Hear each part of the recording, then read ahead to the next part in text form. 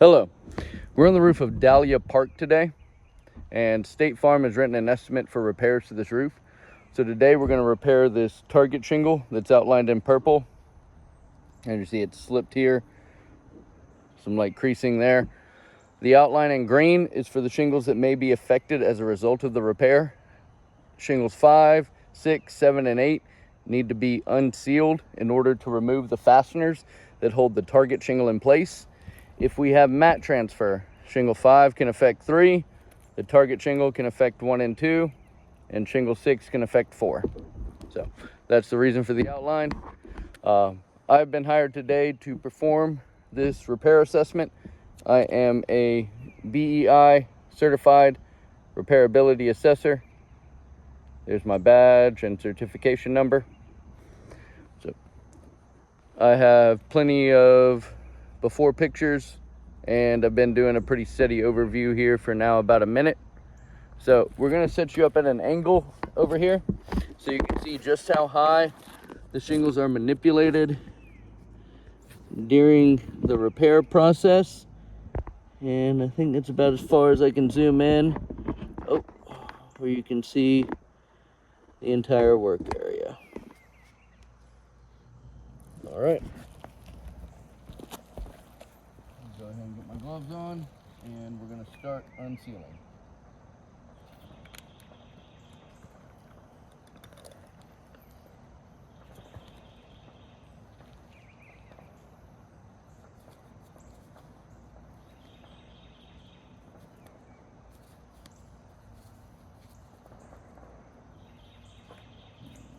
So, this is the target shingle. Slip here, part of it's unsealed. Oh wow, but definitely getting a lot of resistance. I'm going to be as gentle as possible in unsealing, starting under the obliques. That is where the shingles are tougher, so minimizes tearing or damage. But I am getting a lot of resistance here. I'm going to go ahead and look underneath here. Yeah, we've got a good amount of mat transfer. Come on this side.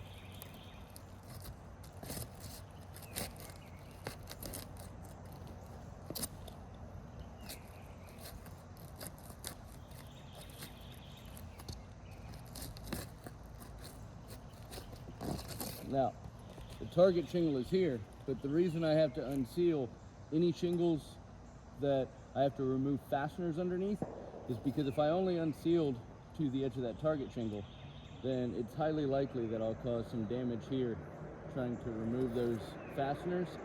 So any shingle that has a fastener that needs to be removed should be completely unsealed, as these are. Now we're gonna keep going. But I can tell you already definitively we have a massive amount of mat transfer. And you know, just for the sake of argument, I'm going to try a different tool just to see if it helps any. This is a thin edge putty knife.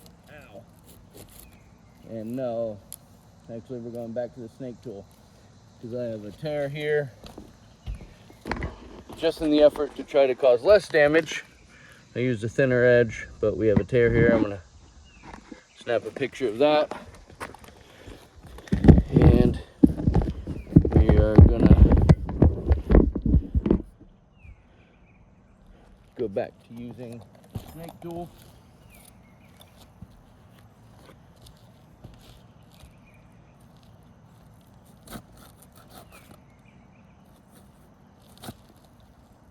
Okay, another tear there. We're going to go ahead, document that as well. These shingles are really bonded, So you can see this other tear here.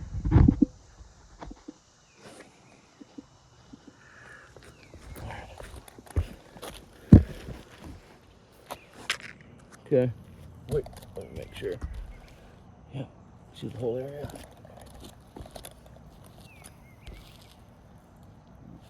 There.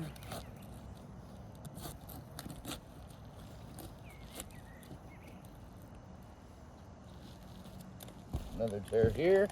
You can see the edge of the tool. Okay.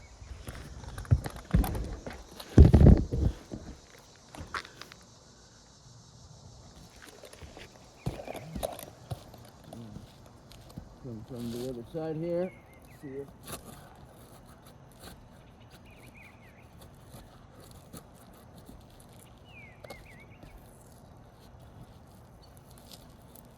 As you can see, I'm coming from many different angles here,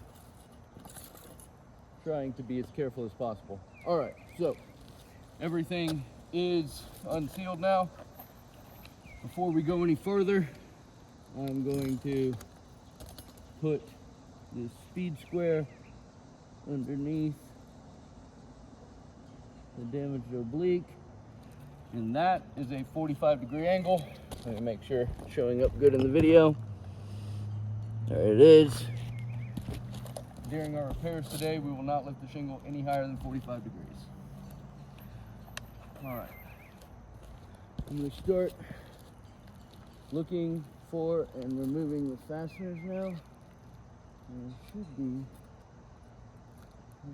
oh, okay, so I lifted that up. Let's see the angle. That was by accident, but that is 30 degrees. You can zoom in and see that.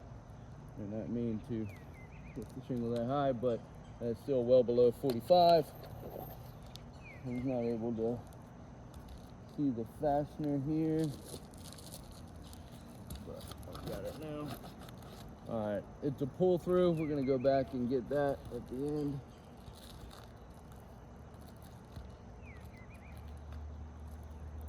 I think we may have some high nails here. Yep. All right, so I have to lift the shingle to a certain degree just so I can even see these fasteners, but for reference, that's 18 degrees there.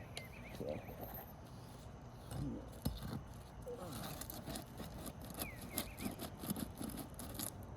Okay, we're having multiple nail pull-throughs on this. I'm gonna have to go back underneath and retrieve these fasteners.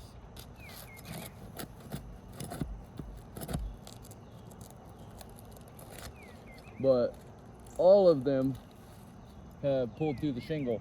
And the problem with that is when the nail head pulls through the shingle, we get a split or fracture on the bottom side. So that is the issue with the pull-throughs. Again, I'm trying to be another fastener here, but I don't see one, so we're going to move up to these. We have a lot of mat transfer that's occurring.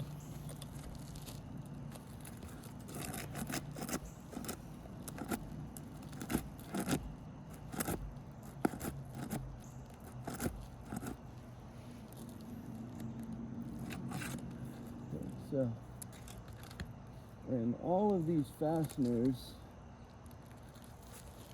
are a little overdriven, so it's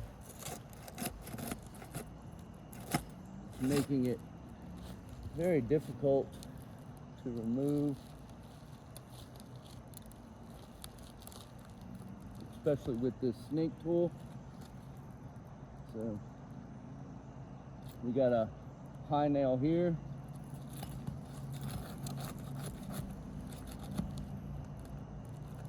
There we go. As you can see, that nail posts about halfway up the shingle.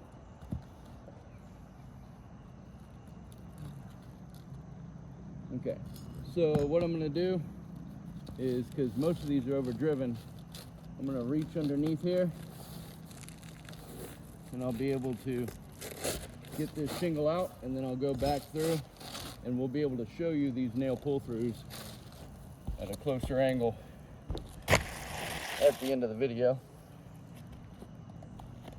But as you can see, my main goal here is keeping these shingles below 45 degrees. And now that that shingle is out of the way, it makes removing the fasteners easier.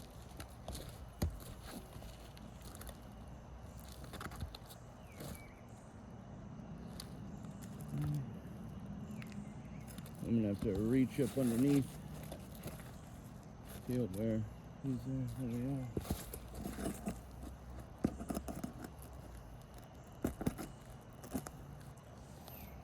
Again, just for reference, that is 28 degrees.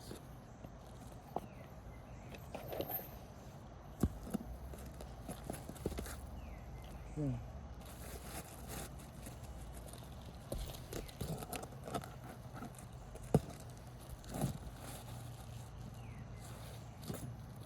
I think we should be good to put the new shingle in.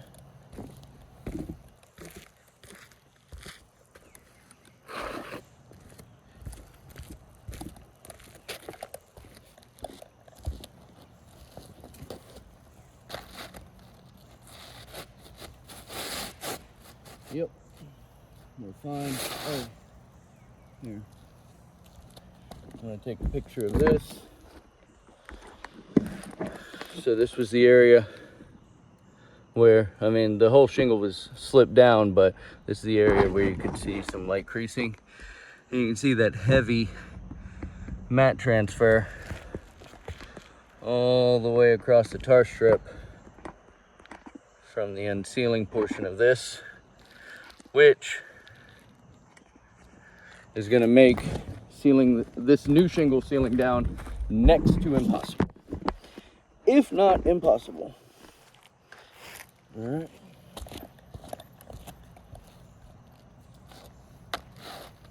Oh, and actually, because of that mat transfer, we're going to go ahead. Shingle 1 is now sustained damage, and this is the area that doesn't have the mat transfer, so shingle 2 is still okay.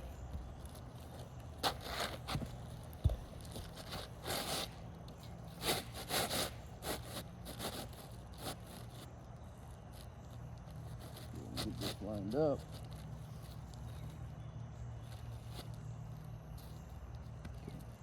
We do have about 8 to 1/4 of an inch overlap on the shingles here. This is a GAF Timberline.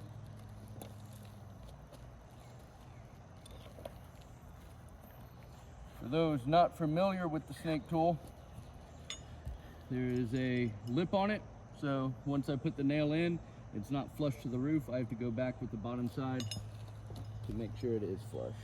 So there's what you'll be seeing. I'm right in the nail zone here. I'm also seeing aggregate loss.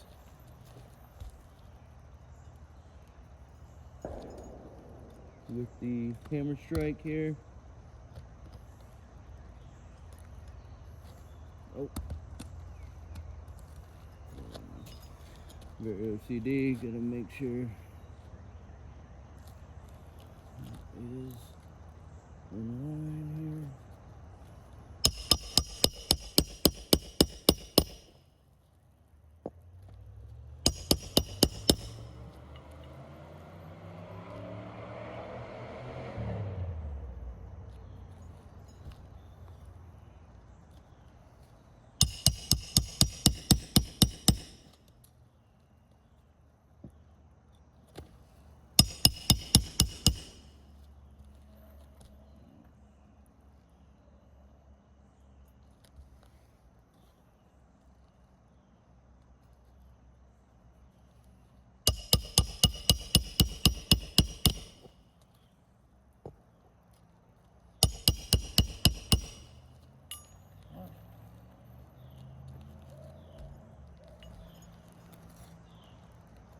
downwards and upwards.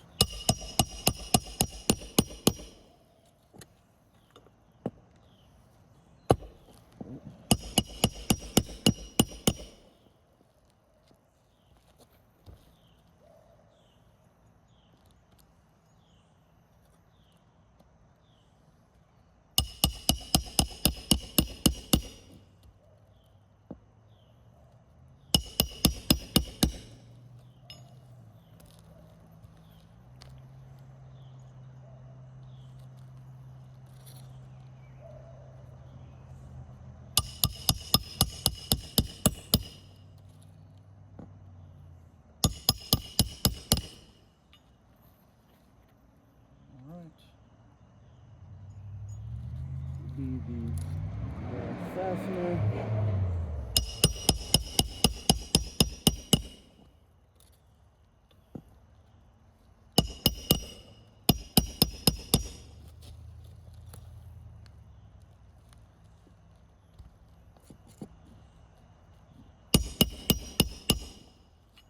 All right.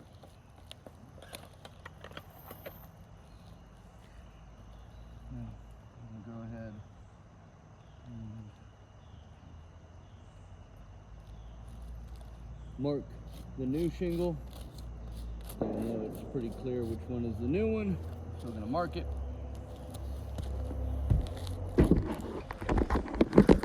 Okay, and we're gonna zoom out. So, there's our new shingle. Again, because of this, I can lift this shingle higher because it's new, because of the massive amount of mat transfer.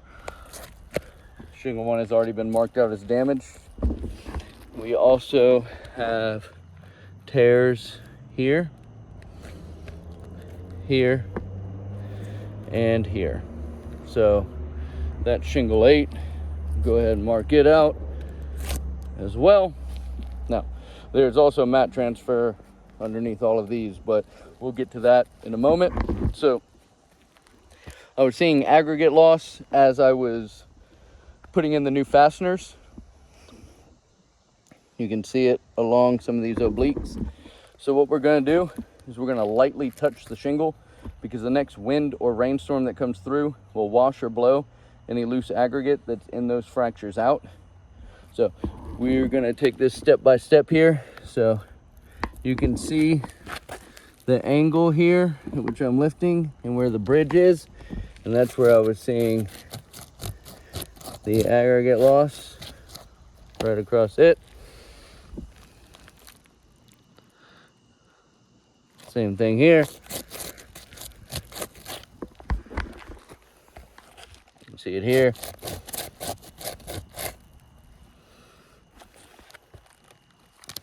Oh, that one became delaminated, but you can see where that is as well. Again, the angle, aggregate loss.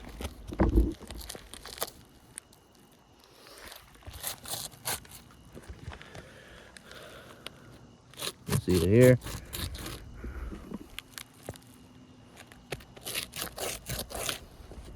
There. Again, showing slow angle that we're lifting this, where the aggregate is.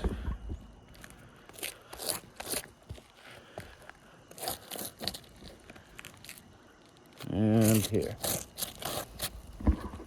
So we have multiple creasing and fractures to the courses above the repair. Now, and along with tears, we have 3 different tears on shingle 8 here. Now, I'm gonna lift the shingles higher now to show the mat transfer. So we're gonna go ahead and do that now. And this is on shingle 7 here. You can see tons of mat transfer all the way down the shingle. This is shingle 8 here. Same thing, just massive amounts of mat transfer all the way across. why we have the tearing that we've had. Big chunk here. Shingle 6. Okay, so shingle 6 doesn't have much here on this side. And I'm sure if yes, underneath. So that is the mat transfer from shingle 6 here. You see the big chunks missing. So that's under the underside of this shingle here. I'm actually feeling it right now, as a matter of fact. I'll get a picture of that, but actually I think you can see it right there. And then shingle 5 was unsealed as well. And again, mat transfer all the way along the tar strip. So with that being said, shingle 7, shingle 5, and because of all this mat transfer that has now affected shingle 3, shingle 8, and shingle 6 is also affected due to the creasing, but the mat transfer didn't affect 4, neither did the target shingle affect 2. So we had one shingle we were repairing. We now have 1, 2, 3, 4, 5, 6 shingles that now have gotten damage as a result of that repair. So it is obvious that this roof is just not pliable enough for limited repairs, and in doing so would just cause extensive more damage to the surrounding shingles. So we're going to take a lot of photos and also send this video in. Thank you for your consideration.